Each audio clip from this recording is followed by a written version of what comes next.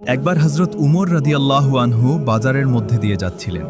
তিনি বাজারে এক ব্যক্তির পাশ দিয়ে অতিক্রম করছিলেন, তখন শুনতে পেলেন সেই ব্যক্তি দোয়া করছে, হে আল্লাহ, আমাকে আপনার অল্প সংখ্যক লোকের মধ্যে গণ্য করে নিন।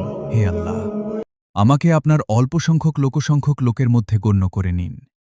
হজরত উমর রাদিয়াল্লাহু আনহু সেই ব্যক্তিকে জিজ্ঞেস করলেন, তুমি এই দোয়া কোথা থেকে শিখেছ? উত্তরে সেই ব্যক্তি বলল, আল্লাহর কুরআন থেকে।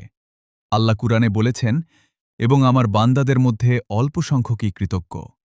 উত্তর শুনে হজরত উমর রাদিয়াল্লাহু আনহু কাঁদতে লাগলেন এবং নিজেকে উপদেশ দিতে লাগলেন, হে উমর, মানুষ তোমার থেকে অধিক জ্ঞানী।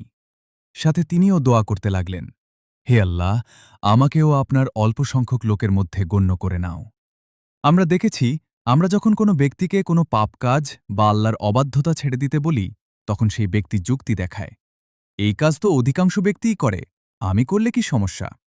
এখন যদি আমরা কুরআনে অধিকাংশ ব্যক্তি বা অধিকাংশ লিখে অনুসন্ধান করি, তখন পাব অধিকাংশ ব্যক্তিই তা জানে না।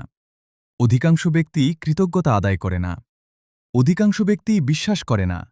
তোমাদের অধিকাংশই অবাধ্য, তাদের অধিকাংশই মূর্খ, তাদের অধিকাংশই সত্য জানে না, তাদের অধিকাংশই বুঝে না। অতঃপর তাদের অধিকাংশই মুখ ফিরিয়ে নিয়েছ, তারা শোনে না। তারপর আমরা যদি অল্প সংখ্যক লিখে অনুসন্ধান করি, তখন পাব আল্লাহ বলেছেন, আমার বান্দাদের মধ্যে অল্প সংখ্যকই কৃতজ্ঞ। তার সাথে ঈমান এনেছিল, একদল পূর্ববর্তীদের মধ্য থেকে এবং অল্প সংখ্যক পরবর্তীদের মধ্য থেকে। তাই আসুন আমরা এই অল্প সংখ্যক